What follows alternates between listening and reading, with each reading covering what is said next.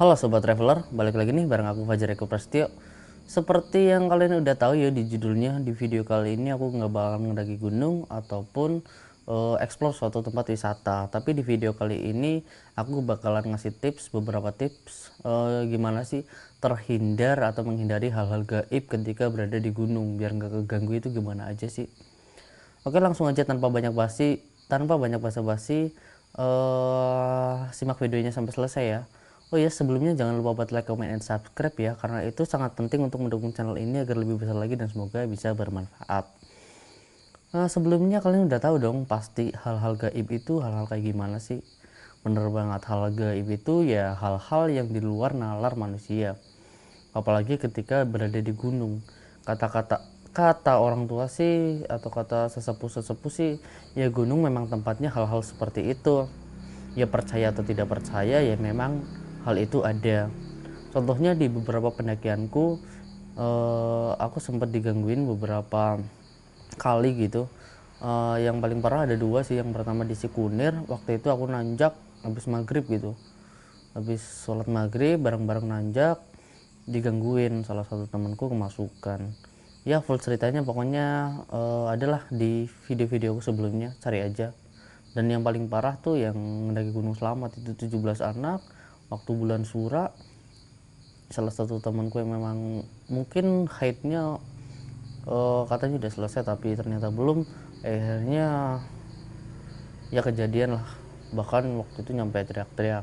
Kalau yang pertama tadi di Sekunder ya cuma nangis diem, tapi kalau di Selamat itu nyampe teriak-teriak, bahkan digendong berat banget ya. Full videonya juga udah aku ceritain kok di video-videoku sebelumnya, bisa dicari aja lah nanti. Tadi udah tahu ya apa itu halal gaib, terus aku juga ya udah cerita tadi pengalamanku. Sebelum masuk ke tips atau trik agar terhindar dari hal-hal itu, kita harus tahu dong penyebabnya itu apa aja sih. Sebenarnya dari beberapa pengalaman dan juga dari beberapa cerita yang pernah aku dengar, entah itu di sosmed ataupun kata temen gitu ya, hal-hal gaib itu biasanya ya ada memang ya alasannya tuh ya klise sih, beberapa ya emang itu aja alasannya. Oke, masuk yang pertama ya, aku jelasin dulu alasannya kenapa bisa diganggu. Biasanya pendaki itu untuk pertama ya, pendaki itu ngelamun atau pikiran kosong. Ketika kita berada di alam, bahkan kalau nggak di alam pun lah ya, kalau di sekolah ataupun di mana pikiran kita kosong, ya pasti kemungkinan besar akan terjadi hal kayak gitu, kemasukan atau digangguin atau gimana lah. Yang kedua, biasanya ya perempuan haid. Soalnya di beberapa kasus yang kejadian, dari beberapa cerita yang aku dengar dan aku rasain sendiri pas di Gunung Slamet ya, karena haid itu kebetulan di bulan Sura lagi, jadi ya diganggu waktu itu. Yang ketiga itu jalan saat maghrib. Sebenarnya waktu maghrib itu kan kata orang tua ya, itu waktunya para setan-setan atau itu keluar atau gimana gitu. Ya sebenarnya di beberapa pendakian pun ketika aku diganggu pas maghrib ya sebenarnya gak maghrib banget. Waktu itu emang aku dan rombongan yang nunggu habis maghrib, azan kurang lebih selesai beberapa saat ya kita baru nanjak, tapi tetap aja digangguin. Ya memang paling aman sih ngedaki ya sebelum maghrib udah bikin tenda lah. Alasan keempat yaitu ketakutan di hutan.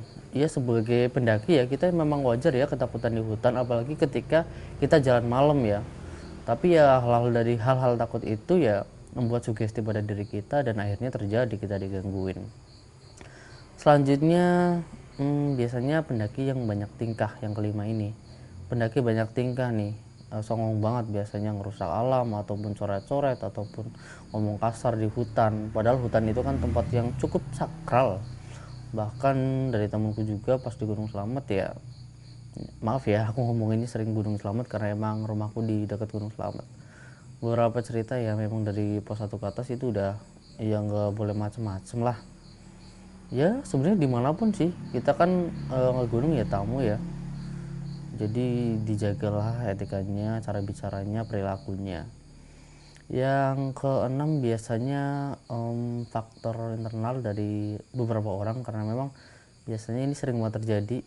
Keenam itu faktor dia atau anak itu mempunyai kodam itu atau yang menjaga dirinya gitu.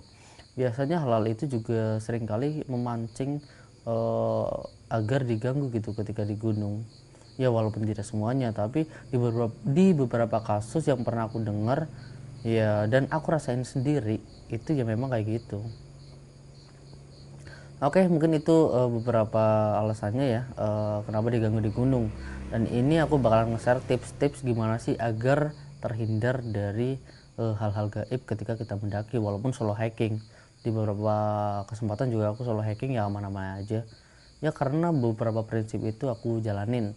Yang pertama itu izin orang tua ya, penting banget ketika kita ngedaki ya direstuin sama orang tua lah biar didoain selamat gitu kan. Balik lagi alam juga kan kita nggak tahu ya kondisinya gimana, doa orang tua juga penting banget. Yang kedua niat. Ketika kita mendaki kan tentu banyak niat ya, entah itu pengen foto-foto aja ataupun apa ya, ya lebih banyak sih kalau sekarang ya alasannya ya ngedaki ya buat foto kali ya, buat dokumentasi, bikin video atau apa. Yang nggak salah juga, yang penting nggak aneh-aneh aja di gunung. Niatnya harus bener dulu lah ketika kita mendaki gunung, jangan sampai niat mau gimana-gimana atau nantangin alam atau gimana-gimana lah. Yang ketiga itu baca doa ya, habis kita niat kita doa dulu lah rombongan biar kita diberi keselamatan sampai ke atas dan pulang lagi. Yang selanjutnya yang keempat itu berperilaku baik. Seringkali kita melupakan hal tersebut, entah itu omongan kasar ataupun apa. Ya kalau lagi nggak diganggu ya alhamdulillah, tapi ya di beberapa kesempatan di beberapa ya kesempatan dan dengar cerita ataupun pengalaman ya, bisa jadi lebih ke cerita sih, lebih sering dengar cerita itu ada orang pendaki meninggal ataupun nyasar ataupun apa ya karena ngomong kasar atau berperilaku tidak baik di gunung. Balik lagi kita kan ke gunung namu ya, jadi ya harus ada unggah-ungguhnya lah seperti itu. Yang kelima adalah hindari kalau haid naik gunung. Nah sebenarnya ini sih masih gimana ya, tapi ya ada juga memang kasus seperti itu ketika lagi haid ngedaki, posisinya kan masih gimana lah, kotor atau gimana, bisa juga diganggu. Ya kalau lagi haid janganlah, repot juga kan, kecuali kayak ke gunung-gunung perahu gitu ya mungkin nggak apa-apa mungkin ya, tapi ya kalau bisa dihindari lah, kalau udah sembuh aja naik nggak apa-apa. Yang selanjutnya yang keenam ya, hindari jalan saat maghrib. Nah dari dua kasusku tadi yang pengalaman itu ya walaupun gak maghrib banget jalannya setelah maghrib, tapi itu masih waktu maghrib lah mungkin digangguin ya, karena kata orang tua dulu juga kan maghrib itu waktunya setan-setan berkeliaran atau gimana lah. Tapi emang mungkin kayak gitu ya, hindarilah pokoknya jalan ketika maghrib. Kalau bisa syukur-syukur udah mendirikan tenda itu saat sebelum maghrib gitu, biar enak. Dan maghrib itu ya waktunya istirahat, malam juga istirahat buat tidur. Selanjutnya yang ketujuh itu jadi orang itu sewajarnya aja sih ya, sebenarnya nggak salah sih punya kodam atau apa, apalagi kalau bawaan ya, ya mau gimana lagi gitu, dibuang susah atau gimana. Tapi ya kalau belum ya janganlah cari-cari kayak gitu, karena sebaik-baiknya manusia juga ya yang biasa aja gitu kan. Karena itu kadang di gunung ya memancing hal gaib lain buat mendekat gitu ya, walaupun nggak semuanya ya, tapi di beberapa cerita dan pengalaman yang udah aku rasain ya kayak gitu, karena mereka tahu. Dan ya mungkin gimana kurang tahu juga sih, tapi ya di beberapa kesempatan kayak gitu. Terus yang kedelapan, hindari negative thinking ya. Nah ini yang sering banget mungkin dilupain ketika kita ngedaki walaupun solo hiking ya. Kalau aku pribadi ketika aku mendaki solo hiking itu ya yang aku pikirin, bahkan kadang terucap ya, aku di sini cuma namu pengen ya paling di atas foto atau gimana, positif, nggak pengen ganggu, nggak pengen lihat, nggak pengen diganggu. Intinya aku sering ngomong kayak gitu sama diriku sendiri, dan alhamdulillah sampai sekarang pun ketika solo hiking ya aman-aman aja sih.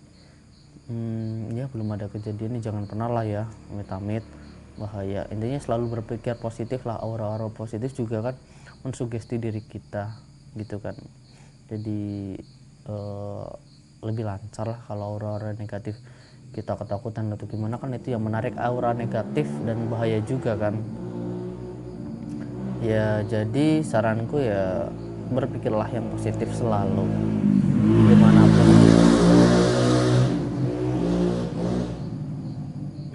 Berisik banget ya. Oke, jadi ya saranku berpikirlah positif selalu dimanapun kapanpun karena itu sangat penting. Oke, mungkin itu aja sih beberapa tips yang bisa aku sharing ke kalian. Terima kasih sebelumnya. Sekali lagi jangan lupa buat subscribe ya karena itu sangat penting untuk mendukung channel ini.